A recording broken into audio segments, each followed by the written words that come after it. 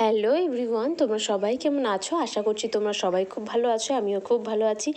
তো নতুন আরও একটি ভিডিওর সাথে তোমাদের সকলকে জানাই অনেক অনেক ওয়েলকাম।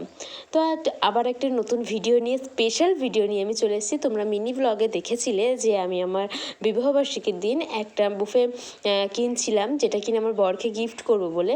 আর এটা ছিল আমার তরফ থেকে বরের জন্য ছোট্ট একটা গিফট। তো আমি যখন আমার বরকে বলি যে এই নাও তোমার জন্য একটা ছোট্ট গিফট, তো ওর কাছে কিন্তু এটা অনেক বড় গিফট ছিল। তো আমি দিয়েছিলাম একটা স্মার্ট ওয়াচ আর হচ্ছে ওই বুফেটা। তো যাই হোক, সেটাই এখন খুলছি। আমার বর কিন্তু অন্য ঘরে ছিল, মানে সামনের ঘরে ছিল আর আমি পিছনের ঘরে ছিলাম। আমি, আমার দিদি, জামাইবাবু আর মামকুটু ছিলাম। যেখানে আমার দিদি ভিডিওটা করে দিচ্ছে আর ওকে কিন্তু আমি ঘরে আসতেই দিইনি।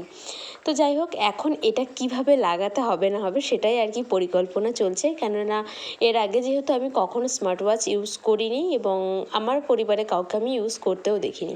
তো খাটের উপর যে সকল জিনিস আছে সেগুলো একটু ইগনোর করে যেও, কেননা আমি সেদিনকে সাজাতে গেছিলাম, তোমরা মিনি ব্লগে দেখেছো। তো সাজিয়ে এসেই যেহেতু মানে এসে আমি এক সেকেন্ডও বসিনি, আমি সোজা চলে এসেছি রেডি হতে, কেননা অনেকটা রাত হয়ে যাবে না হলে।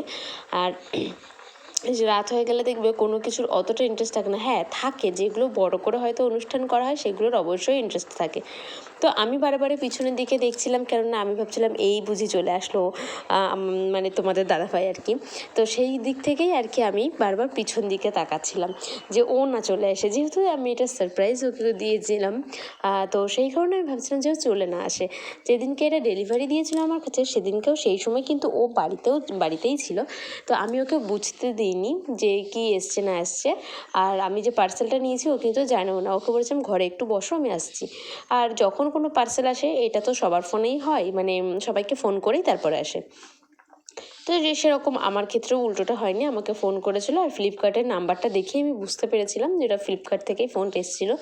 তো আমি প্রথমে রিসিভ করিনি, তো প্রথম রিসিভ না করলে ওনারা আরও 2-3বার ফোন করে। সেরকম আমি নিচে চলে এসেছি, আমি বলছি তুমি একটু বসো, আমাকে দিদিভাই ডাকছে। দিদিভাই বলতে আমার পাশের বাড়িতে এক জায়ের কথা আমি ওকে বলেছিলাম। বলে আমি ওরকম নিচে আসলাম, নিচে এসে আর কি ওয়েট করলাম, তারপরে আমাকে এটা দিয়ে গেল। আমি নিচের ঘরেই ওটা রেখেছিলাম। ও কিন্তু সেই দিন তখন হয়তো একটু একটু গেস করতে পেরেছিল। আর এখানে যে পেপারটা ছিল, মানে কাগজ যেটা ছিল, ওইখানে সব কিছু লেখা ছিল যে কীভাবে কী নিতে হবে না হবে, কীভাবে ইউজ করতে হবে, চার্জিং পয়েন্ট কোনটা। তো আমি যতটুকু পেরেছি ততটুকু সেট করার চেষ্টা করেছি।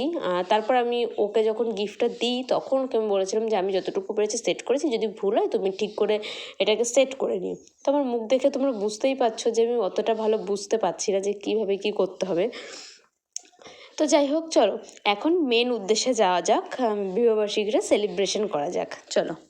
তোমরা কিন্তু দেখতেই পাচ্ছ কেকের উপরে কিন্তু তুলসী পাতা দেওয়া আছে। হ্যাঁ, কেননা আমার ঘরে গোপাল আছে, এটা তোমাদের আমি আগেও অনেকবার বলেছি। তাই গপুকে দিয়েই যেহেতু আমরা কেকটা কাটবো, সব কিছুই আমরা গপুকে দিয়ে তারপরেই করি। Happy anniversary, my love.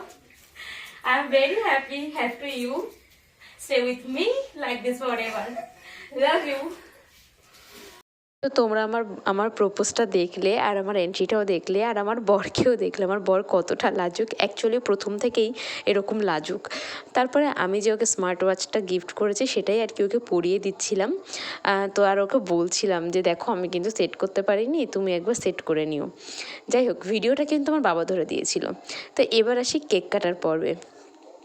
হ্যাঁ, কেক তো অবশ্যই কাটবো, কিন্তু তার আগে কটা স্লো মোশন ফটোশ্যুট সব কিছু করে নিয়ে তারপরেই আমরা কেকটা কাটবো।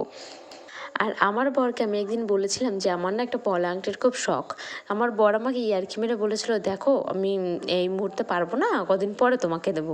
কিন্তু বিশ্বাস করো, ও আমাকে না জানিয়ে যে এরকমভাবে আমাকে সারপ্রাইজ দেবে সেটা কোনোদিন কখনো আমি ভাবিনি। তো হ্যাঁ, এই যে পলা আংটিটা ও দিয়েছিল আমাকে, আর এইটা কিন্তু আমরা ভিডিও শ্যুট করছিলাম। কিন্তু আমি যে গানটার সাথে মানে দিয়েছি না, সেই গানটা যে আমি ছেড়েছি কপিরাইট ক্লেম দিয়ে দিয়েছি, যে কারণে আমি আর তোমাদের দেখাতে পারলাম না। তো এইভাবেই তোমাদের দেখিয়ে দিলাম। তো যদি পরে কোনো দিন পারি অন্য কোনো মিউজিকের সঙ্গে অ্যাড করতে, তখন তোমাদের সেটা দেখিয়ে দেবো আমি। তো এখন হচ্ছে মনে হচ্ছে কেক কাটার পালা, চলো এবার আমরা মামকুটুকে নিয়ে কেকটা কাটিয়ে নিই। আর মামকুটুকে নিয়ে বলতে ওকে ছাড়া তো তোমরা দেখেছো আমি কোনো কাজই করি না। আর হচ্ছে আরও একটা কথা যেটা তোমাদের সাথে ভবিষ্যতে আমি একদিন শেয়ার করব। তো ওর মতন আমাদের বাড়ি আরও একটা মেয়ে আছে, আমার দেওরের মেয়ে। তো ওর কথাও কিন্তু আমার খুবই মনে পড়ে। একজন আমাকে ফেসবুকে মানে মেসেজ করেছে যে সব কিছু কি তোমার দিদির মেয়েকে নিয়েই? তো তোমার দেওরেরও তো শুনেছি মেয়ে আছে। তো তাকে আমি একটা উদ্দেশ্য করে কথা বলতে চাই, সে নিশ্চয়ই আমার ইউটিউব ভিডিও দেখে, না হলে সে এরকমভাবে বলতে পারতো না, সে এত কিছু জানতোও না। তো যাই হোক, তার নাম আমি মেনশন করছি না। তো তাকে উদ্দেশ্য করে আমি একটা কথা বলতে চাই যে দেখো বোন বা দিদি যেই হও না কেন, আমার দেওর এখানে কিন্তু থাকে না। আর তুমি যেটা মনে করো যে আমি আমার দেওরের মেয়েকে ভালোবাসি না বা আমার দেওরের মেয়েকে কেন ভিডিওয় আনি না, দেখো আমি প্রায় সবসময় বলতে গেলে ও বাইরে, এটা বলছিলাম যে ও কিন্তু বাইরে থাকে, মানে আমার দেওরের সাথে কিন্তু আমার যা বাইরেতেই থাকে, যার কারণে কিন্তু ওকে আমি ভিডিও আনতে পারি না। এইটাই হচ্ছে মেন উদ্দেশ্য। নাহলে আগের বছর যখন 12 জানুয়ারি ওর বার্থডে সেলিব্রেশন করেছিল, সেদিনকেও কিন্তু আমরা বাড়িতে ছিলাম। আমাদের মধ্যে অতটাও খারাপ সম্পর্ক নেই যে একটা বাচ্চাকে আমরা নেব না, ততটা মানসিকতা, মানে ততটা খারাপ মানসিকতা কিন্তু অন্তত আমার নেই, আমার অন্তত নেই। হয়তো কোনো মানে কি বলবো তোমাদের, মানে তোমরা হয়তো এরকম, যার কারণে তোমরা মনে করো আরও 5টা মানুষ হয়তো এরকমই। দেখো গণ্ডগোল, অশান্তি, দ্বন্দ্ব সব কিছু একটা সংসারে থাকতে গেলে হয়। তার মানে এটা নয় যে আমার বাচ্চাকে আমার জায়ের কাছে, দেওরের কাছে যেতে দেবো না, বা তার বাচ্চাকে সে আমার কাছে আসতে দেবে না, এটা কিন্তু নয়। মনোমালিন্য সব কিছুই হয়। মনোমালিন্য জিনিসটা আছে বলেই তো মানে কি বলবো, ঝগড়াও হচ্ছে আবার ভালোবাসাও হচ্ছে, এটাই হয়। তো কথা কাটাকাটি, ঝগড়া অশান্তি হ্যাঁ হয়েছে, আমাদেরও হয়, বলবো না যে হয় না। কারণ পৃথিবীতে এমন কোনো একটা পরিবার নেই যেখানে দুই জায়ে ঝগড়া হয়নি। হয়েছে, কথা কাটাকাটি অবশ্যই হয়েছে, কিন্তু আমার দিদির সঙ্গে যখন ঝগড়া হয় আমি তো মানিয়ে নিই। হ্যাঁ, জায়ের সঙ্গে কী হয়, যেহেতু তার সঙ্গে আমি মিশিনি, মানে ছোটো থেকে বড় হয়নি, তার জন্য হয়তো কয়েক মাস কি 1 মাস 2 মাস কি 1 সপ্তাহ 2 সপ্তাহ তার সাথে কথা বন্ধ থাকে, কিন্তু তার মানে এটা নয় যে তার সঙ্গে পুরোপুরি কথা বন্ধ করে দিতে হবে বা তার নামে কোনো বাজে কথা বলতে হবে, এমনটা কিন্তু নয়। তুমি আরও অনেক কিছু কিন্তু আমাকে মানে মেসেঞ্জারে মেসেজ করেছো। তো সেই কথাগুলো আমি একদিন কোনো একটা ব্লগে তোমাকে বলবো, তোমাকে উদ্দেশ্য করেই আমি একটা ব্লগ কোনো একদিন বানাবো, সেদিন তুমি বুঝতে পারবে।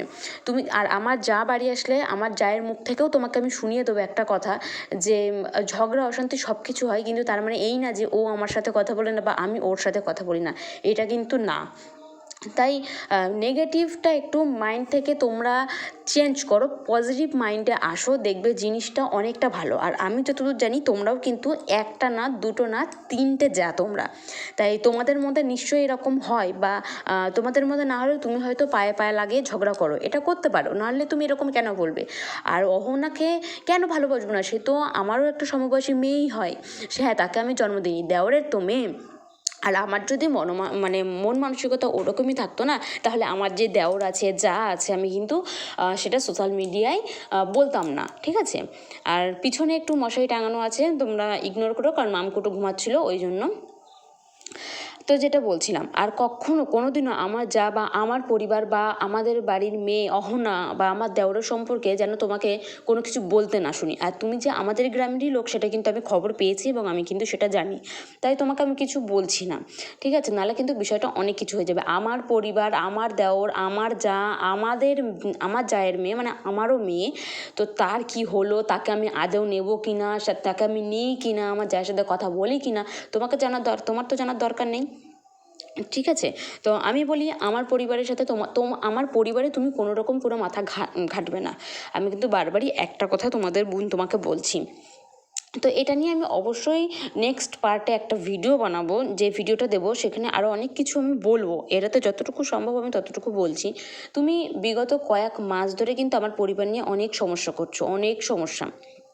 তা আমার পরিবারের সমস্যাটা আমি মেনে নেব না, তাই না? আর আমার পরিবারে হ্যাঁ অশান্তি হয়েছিল, সবই ঠিক আছে, অশান্তি হতেই পারে, একটা অশান্তি হলে জোর গলায় কথা হবে, এটা স্বাভাবিক, এটা কোনো নর্মাল ব্যাপার না। তোমার বাড়িতেও কিন্তু অশান্তি হয়, তুমি কিন্তু সেটা ভুলে যেও না। তাই বলছি যে অশান্তি হয়েছে বলে তুমি যে বলছো না যে হ্যাঁ তোমার তুমি একটা আমাকে মেসেজ করেছিলে, করে তুমি আমাকে সাথে সাথে ডিলিটও করে দিয়েছিলে মেসেজটা। তো আমার যতদূর মনে পড়ছে তুমি আমাকে মেসেজ করেছিলে যে আমি নাকি আমার যা নাকি আমাকে তুচ্ছ মনে করে, আমাকে নাকি পাত্তা দেয় না আমার যা। তা আমার যা আমাকে পাত্তা দেয় কি না দেয় তুমি কি জানো আদৌ? আমার যা বাড়ি আসুক আমি ওর মুখ থেকে তোমাকে সুন্দর করে বুঝিয়ে দেবো যে ও আমাকে পাত্তা দেয় না নাকি আমি ওকে পাত্তা দিই না, নাকি ও আমাকে পাত্তা দেয় আর আমি ওকে পাত্তা দিই, সেটা তোমাকে বুঝিয়ে দেবো। তো অশান্তি হয়েছে আমাদের মধ্যে হয়েছে, প্লিজ তোমাকে আমি আবারও বারণ করছি, তুমি কিন্তু আমাদের মধ্যে কোনো রকম কোনো মাথা মানে ঢোকাবে না। এর থেকে বেশি কিছু আমি বলতে পারছি না। নেক্সট টাইম যদি তুমি আমাকে কোনো কিছু বলো তাহলে কিন্তু বিপরীত মানে এর পরিবর্তে বা এর বিপরীতে তোমাকে অনেক কিছু আমার এমনকি ব্যাপারটা কিন্তু আমি আমার দেওরকেও জানাবো। তো তাই আগে থাকতেই বলছি নিজেকে সেভ করে নাও, এটুকুই বলবো। আজকের ভিডিওটা এই পর্যন্তই। তোমাদের ভিডিওটা কেমন লাগলো অবশ্যই কমেন্ট করে জানিও। দেখা হচ্ছে নতুন আরও একটি ভিডিওর সাথে। ততক্ষণ তোমরা সবাই সুস্থ থেকো, ভালো থেকো, টাটা।